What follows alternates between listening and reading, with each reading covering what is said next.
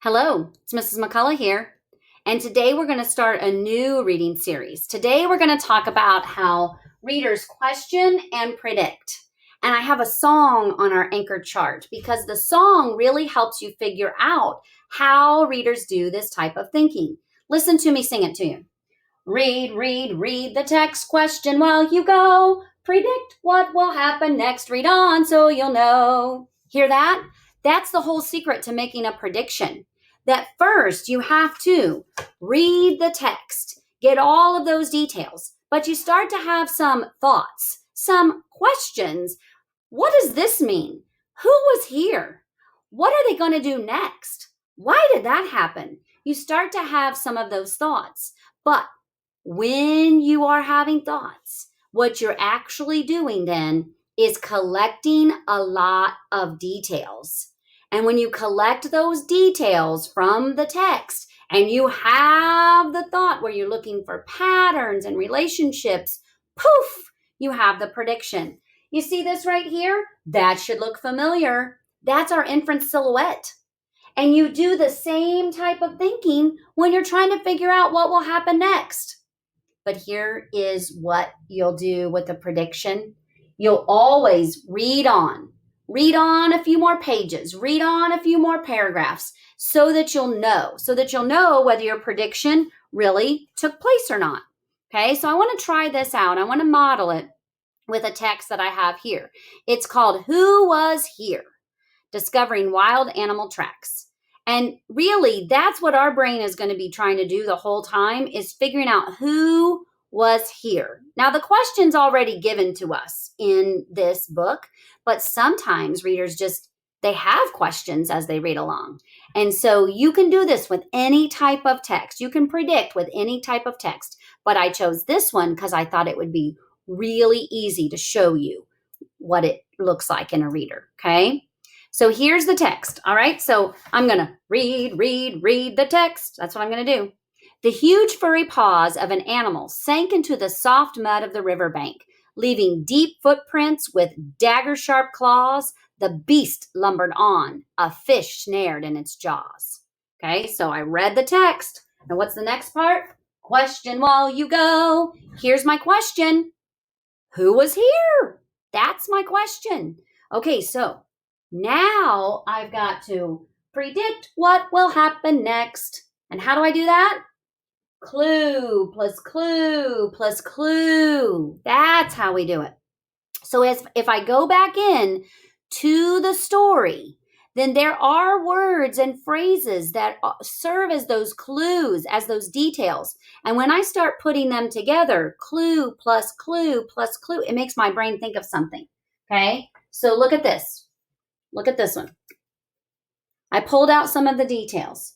Huge. So it's a really big animal. Furry paws. So it has fur and it has paws. Okay, so I know it's not like a lizard. I know it's not a bird because they don't have fur. Okay. Riverbank. Okay, so it lives like in the forest, then near a river.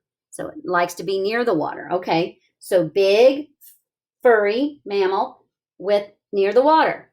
Dagger sharp claws. So if I look, I can actually see those little claws. You see those little marks right here? Okay, so dagger. Dagger means like a knife. So it could like rip something. Beast. Okay, beast, I'm thinking really big. We're afraid of it. Lumbered. That's how it moved. It moved. Okay, so if I put all these clues together, fish snared in its jaws. So it's carrying a fish in its big jaws. When I put all those clues together, that does make my thinking voice think of something. I'm thinking of a bear. Is that what you were thinking too? Okay, so here's the next part. Read on so you'll know. So we've got to turn the page. We've got to see, is that it or not? Okay, so let's turn. A bear. It really is a bear.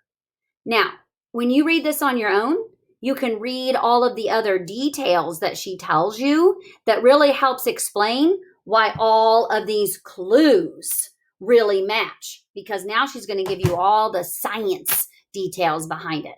But for today's lesson, I'm going to skip it. because I want to give you another example to predict, okay? So let's look at this one. So this has 2 on the page, so let me look at it. All right, so reading voice. Read the text. That's what we're going to do. A hunter traveling by full moon's glow left paw tracks in fresh forest snow, racing through the night with its pack, chasing its prey, teeth bared in attack. Okay, question while you go. Okay, here's my question. Who was here? Predict what will happen next. Okay, how am I going to predict? Clue plus clue plus clue, detail, detail, detail, put them together. What patterns do I recognize? Poof, I'm going to have my prediction, okay? A hunter, okay, something that hunts at night, plus full moon's glow at night. That's where I got the night. Okay, so hunter, so it's looking for food at night. Left paw tracks. Okay, again, paw means it's a mammal. Fresh forest snow. Okay, so it lives where it's cold. So it hunts food at night. It's a mammal in the cold. Racing through the night with its pack. Oh, pack. Okay, my thinking voice says that means a group of animals together. Chasing its prey. Okay, so it's not eating leaves. Okay, it's eating animals. Teeth bared in attack. So it's got teeth. So it hunts at night. It's a mammal in the cold with a pack, a group of them, chasing after, I think it might be a wolf. Okay, so that's my prediction. Now we'll do the next part in just a minute because there's actually 2 here. Okay, so I think that one's a wolf. Let's look at this one. Nearby are the tracks of the prey that fled. Okay, so if it's a wolf, it's chasing after this. This is the prey. Branching antlers crowning its head. Okay, so I'm thinking of an animal that has antlers. Okay, with heavy hooves. Oh yeah, hooves, a split hoof. Yeah, that's a hoof. Okay, pounding the ground.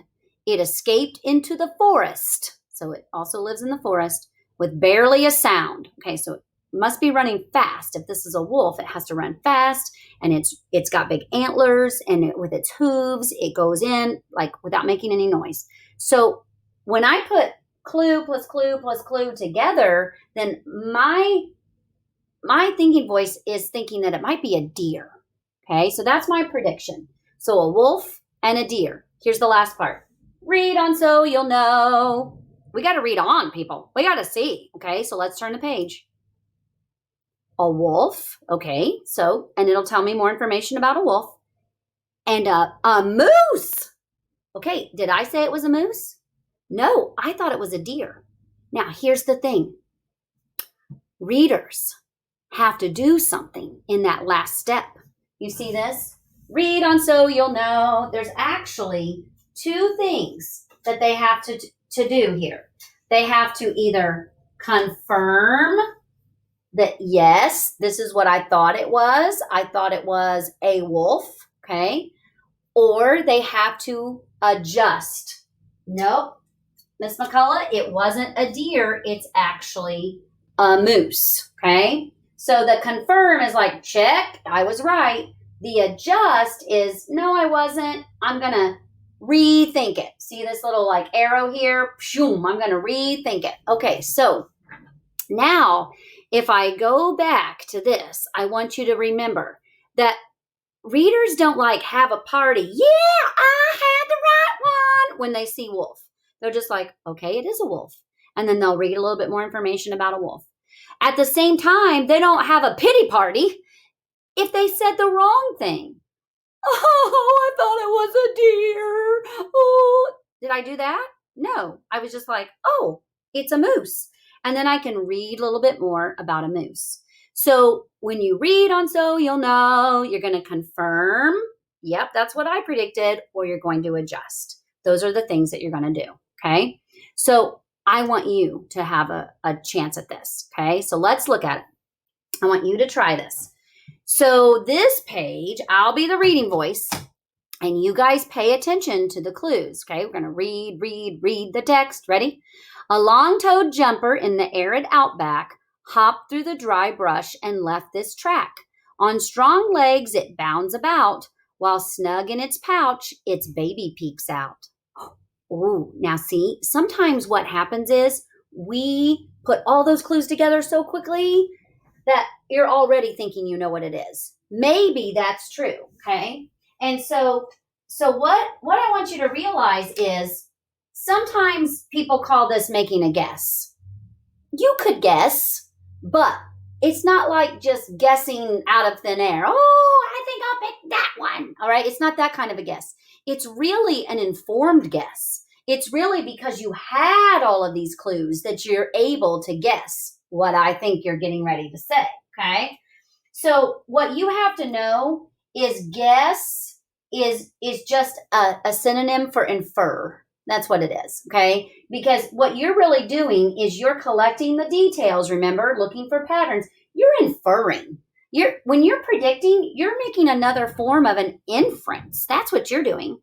Okay, so what were the clues? Were you thinking long-toed jumper because this animal can jump? In the outback because you know that's in Australia? Is that what you were thinking? Hopped, just a synonym for jump. Strong legs, well, better have strong legs because it jumps, it hops, it bounds, another synonym. But when it said pouch, was that the clue? It has a baby in its pouch. So clue plus clue plus clue plus clue. What's your prediction? Kangaroo? All right, so I'm going to write that down. Now, we made the prediction. What's the next part? Read on so you'll know. So let's turn the page. A kangaroo. Now, here's the deal. I better not hear you guys going, yes. No. Do readers do that? No, they're just like, a kangaroo. And then you can read more about the red kangaroo. Okay, if we had time, we would do that. But let's just move on with the predicting. Okay, here's another one with two. Okay, two. So I'll be the reading voice. You start thinking. The African sun at bright daybreak reveals huge footprints at the edge of a lake. Underwater's this animal's favorite place, where this hefty giant moves with grace. Okay, so now, detail plus detail plus detail plus detail. That's where we are, okay? We read the text, we question who was here, that's our question, and we're ready to put details together. That's where we are. So let's look at the details. What stood out to you? Was it Africa? Yeah, because now you're thinking of all the animals that live in Africa in warm climate. Daybreak. Daybreak is a word that means morning. Okay, so African sun is up. It's morning. This animal comes out. Huge footprints. Okay, so huge means what? Big, right? So you're thinking of big animals that live in Africa. A clue plus clue plus clue. At the edge of a lake. So now you know it likes to be near water and actually underwater. Okay, and so African animal, huge, likes to go under the water, but also come out of the water. So it can't be a fish, okay? But you know it likes to go underwater, and it calls it a hefty giant. Clue plus clue plus clue plus clue. What's your thinking voice saying to you? Go ahead. Could be. Could be. Okay? We'll have to read on so we'll know, but let's wait, okay? All right, so let's look at this. Long, narrow toes left a second track. This animal rides on the other's back. It munches on insects flying by and soars into the grassland sky. Okay, so we read the text. That's what we just did. And now we need a question while we go. Who was here? That's our question. Predict what will happen next. That's where we're going to put all those details together. Long, narrow toes. Okay, we can see it. Very skinny toes. Rides on the other's back. Okay, so if it rides on the other's back, what's your thinking voice saying? Could be. So it's not really heavy. Maybe it's kind of lightweight. Okay, so it's a skinny animal, lightweight, munches on insects. So munches means what? Eats. Okay, so skinny, lightweight, eats insects. What's this clue? Soars, which means what? Flies. Okay, so that's big clue that kind of tells you what could this animal be? Okay, so it could be a bird, but you know what? Bird, like there are many birds. So what kind of bird do you think it might be? Well, this is where we might struggle if we're not really sure. Like if we say robin, duck. Okay, but we also have some clues left over from here. Like we know it's in Africa.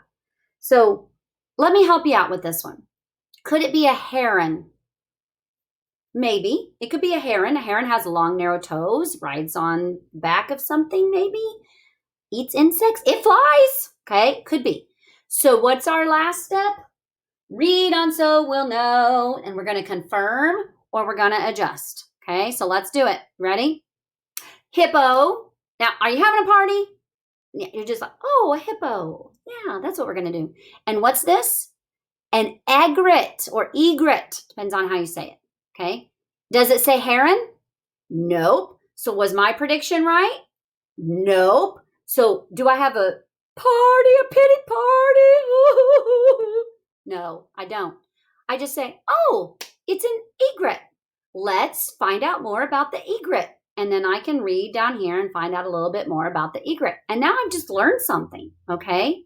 So those are the 4 steps that readers use. Ready? Sing it with me.